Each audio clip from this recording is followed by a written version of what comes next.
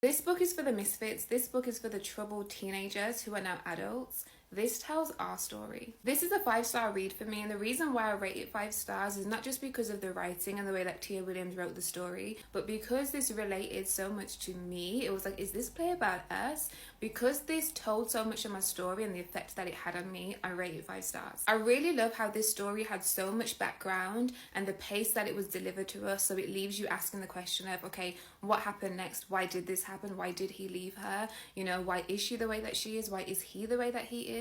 I love the build up. It made me really feel like I got to know the characters, so that's great writing on Tia Williams' part. Then also, it's so easy to look at a situation where you have a mother raising her child, she's a writer, she's trying her best to be successful, and then you have another character who is an alcoholic. He gets by writing a few books, and the outside of what it looks like, he's the troublemaker and she's got her life together, but really they both were troubled, and their trouble is just showing up in different ways as adults, but they're still both deeply troubled. And actually, if we're thinking about it and being really honest, the way that he's living his life is more true to who he is authentically than how she's living her life. And that's what I found so healing for me, because there were parts of it where I looked at her.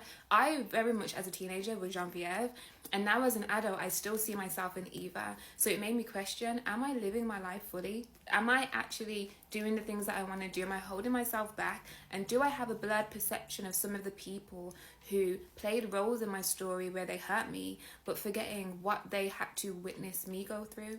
And that is what this book did for me. So 5 stars for this one. I've seen a lot of people refer to this book as trauma corn, and they say that they don't want to read it because it's traumatic and nobody wants to read about self-harm and things like that. And I can understand if that's never been your experience, how that could be very triggering for you. But for those of us who have had that as our experience, it is like representation. It allows our stories, the ones that we've hidden, the ones that we don't speak about much, to be told, but also for us to see that the ending doesn't have to be one where the story has to be hidden. We don't have to always walk around in fear that somebody's going to find out that that's what we went through or that's who we were. We can own it, and with owning it, we can find more freedom and happiness and love. Let me know what you thought about this book, and if you could relate to any of the characters, and if you could relate to any of the characters, what did this book show you about yourself?